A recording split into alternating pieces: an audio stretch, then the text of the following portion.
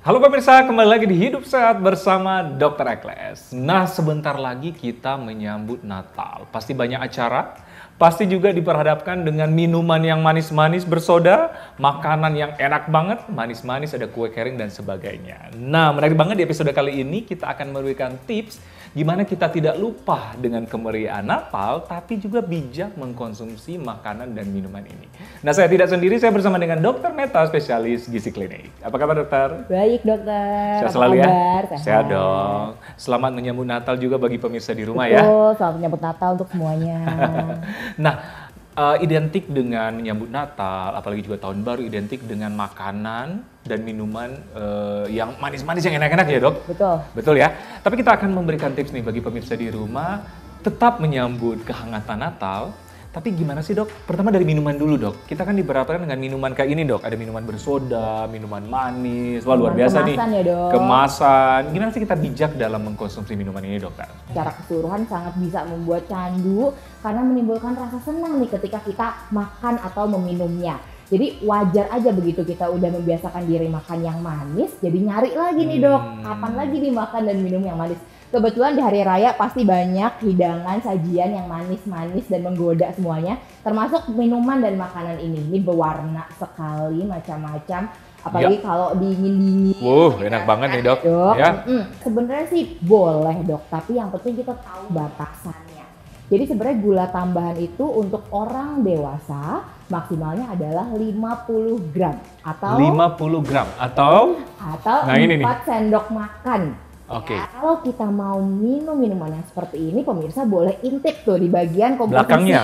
Gizinya, betul. Nah, jadi misalnya takaran sajinya 1 saji. Berarti dalam 1 botol ini kurang lebih misalnya ada tulisan gula atau sukrosa, itu misalnya sekitar 20 gram atau misalnya 30 gram. Itu artinya setengah dari batas asupan maksimal harian kita sudah diambil dari sini nih, dok. Jadi jangan sampai kita kelebihan lagi gula tambahan dari makanan di luar itu.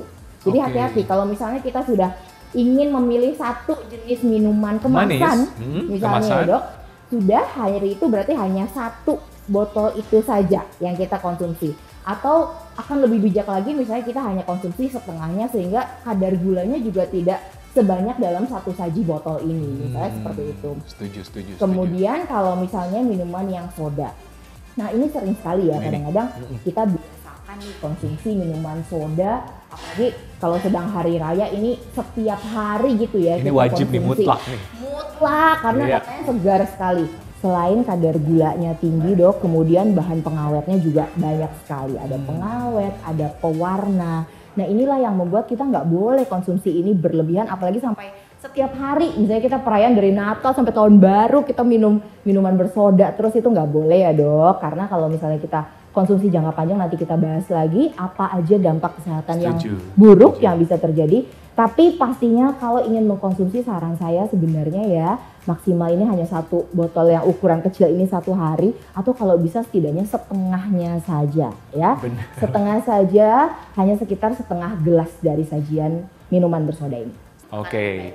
Nah itu kan minuman-minuman nih. Belum lengkapnya nih, ada pasangannya nih, makanannya nih, dok.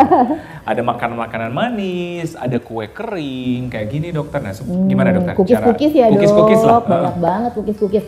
Jadi, dok, ini kalau cookies nih ya, kita misalnya bicara cookies seperti ini yang sudah ada chocolate chipsnya juga gitu ya di atasnya. Ini sekitar 2-3 keping ini setara dengan 8 sendok makan nasi. Kadar gulanya sangat tinggi, kemudian di dalam pembuatannya pasti ada olahan tepung, butter yang membuat kalorinya semakin padat. Jadi memang tidak mengenyangkan, tapi sebenarnya kalorinya sangat tinggi sekali dengan kadar yang dipenuhi dari gula dan lemak. Lemak tadi ya. Nah, jadi bisa nggak, dok, makan? Atau gimana, ada batasannya, dok? Jadi sebenarnya kembali lagi seperti perbandingan total kalorinya, sehingga yang disarankan 1 hari itu sebenarnya hanya 2-3 keping saja. Kalau cuma makan makanan kayak gini, 1 aja atau gimana, dok? Ini kan ini ada roti, kemudian ada pastry. Pastry ini juga kalorinya tinggi ya, high fat ya, tinggi lemak, kemudian tinggi kalori juga. Ini ada donat-donat kesayangan kita, ini kan ada coklat-coklat juga.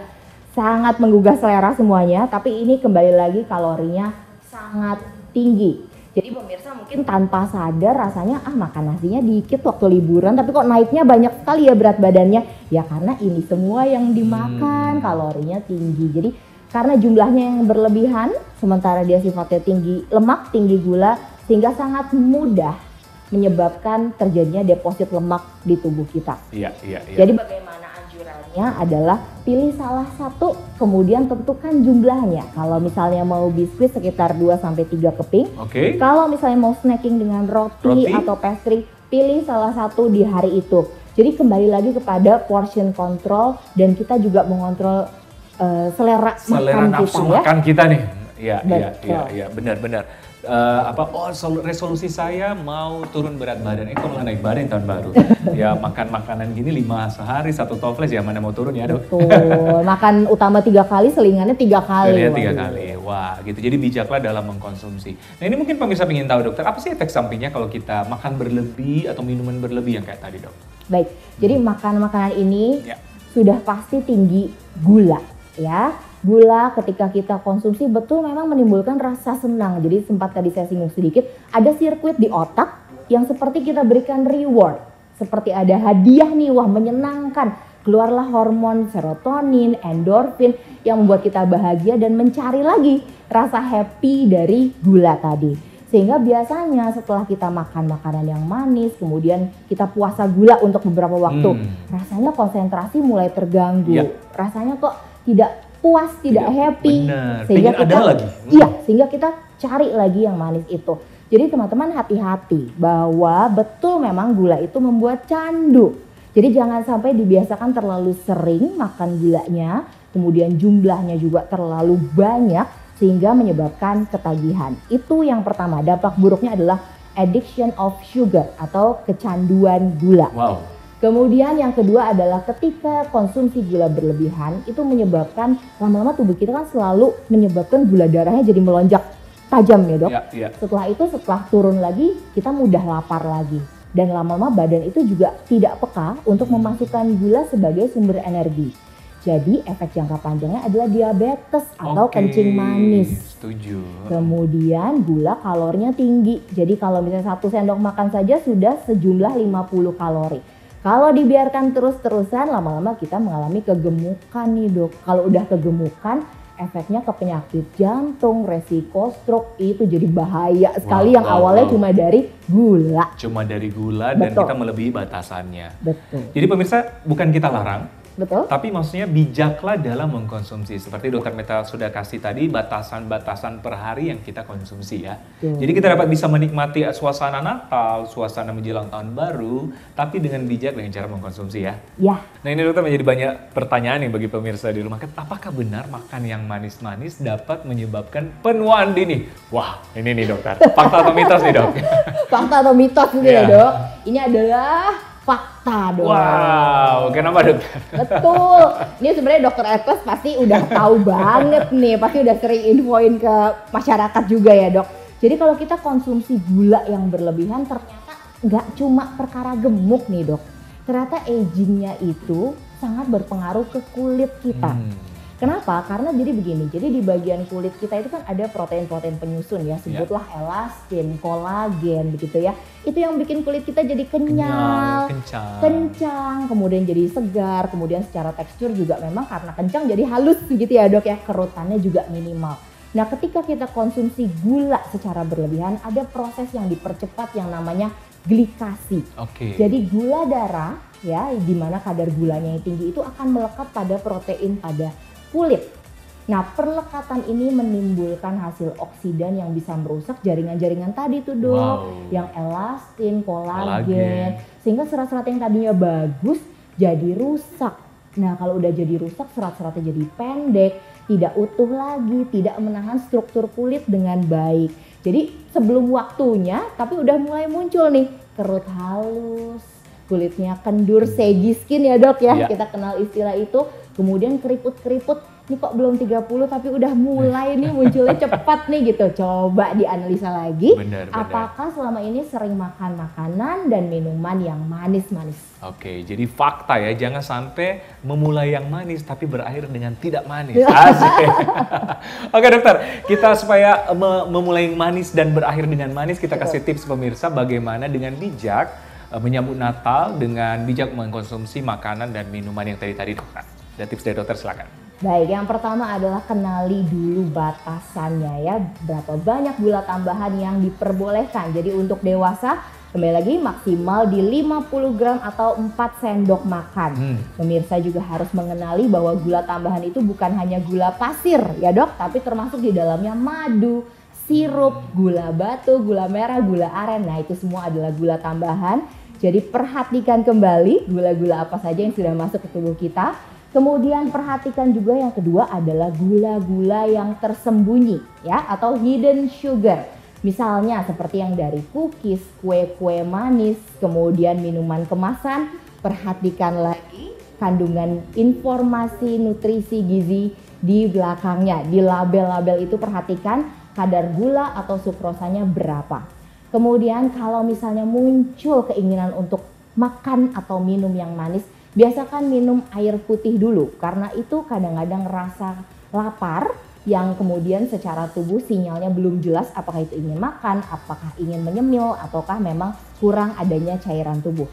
Kemudian untuk pola makan, pastikan juga ketika ingin makan atau ingin makan yang manis, jangan langsung makan makanan yang manis pada saat kondisi perut kosong, karena itu akan sangat meningkatkan kadar gula darah dan mengekstrakan efek dari reward tadi dok, sehingga candu gulanya akan semakin mudah terjadi. Pastikan sarapan, kemudian juga makan protein yang cukup dan serat yang cukup. Ini yang membuat rasa kenyang bertahan lebih lama, sehingga kita craving akan gula itu menjadi lebih tertunda. Dan lifestyle itu juga menjadi sesuatu yang penting dok. Jadi kalau kita lihat lagi researchnya bahwa ternyata tidur yang cukup 6-8 jam sehari itu juga berpengaruh.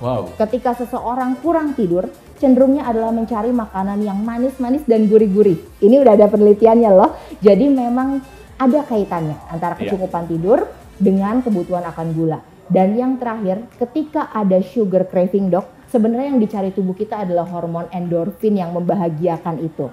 Percaya nggak percaya, tapi ternyata olahraga bisa membantu mengatasi itu. Jadi ketika sugar craving semakin sering terjadi, pemirsa boleh pertimbangkan untuk menambah habit olahraganya. Karena justru bisa membantu untuk meredam rasa ingin gula. Setuju banget. Wah ini menarik banget. Tapi terakhir dokter, protein dan serat sebagai pengganti, mungkin dokter bisa info makanan-makanan yang terkait ini dokter? Betul, jadi pada saat kita ingin mencari makanan yang manis untuk memenuhi craving sugar kita, justru kita bisa alihkan dengan mengkonsumsi makanan yang tinggi serat, tinggi protein. Misalnya nih dok, kita makan oatmeal ya, dicampur dengan susu yang rendah lemak, kemudian ditambah dengan untuk perasa manisnya boleh ditambahkan misalnya madu sebanyak 2 sendok teh begitu ya untuk memberikan rasa manis, atau yang paling baik justru gula alami, baik itu dari buah-buahan, buah potong, atau misalnya mau ditambahkan kacang-kacangan untuk meningkatkan kadar proteinnya juga jadi kenyangnya lebih lama. Itu akan menjadi camilan yang sangat sehat dan dapat mengontrol kadar gula darah kita. Setuju banget, itu semua sangat penting. Udah lengkap banget yang dijelaskan oleh Dr. Meta, sehingga memulai yang manis, makan manis, minuman manis, tapi berakhir dengan manis ya. Juga. Dr. Meta, terima kasih banyak, informasinya sangat bermanfaat. Sehat selalu ya. Oke pemirsa, sudah 1 jam kita bersama Anda. Semoga apa yang kami sajikan kali ini bermanfaat untuk Anda. Tetap saksikan Hidup Sehat bersama Dr. Ekles setiap Jumat jam 9.30 untuk mendapatkan informasi kesehatan yang bermanfaat dan tentu saja terpercaya untuk Anda hanya di TV One. Saya mewakili segenap kru Hidup Sehat Dr. Ekles ingin menyampaikan selamat Natal bagi pemirsa yang merayakan dan juga selamat menyongsong Tahun Baru 2024. Semoga damai Natal menyertai kita semua.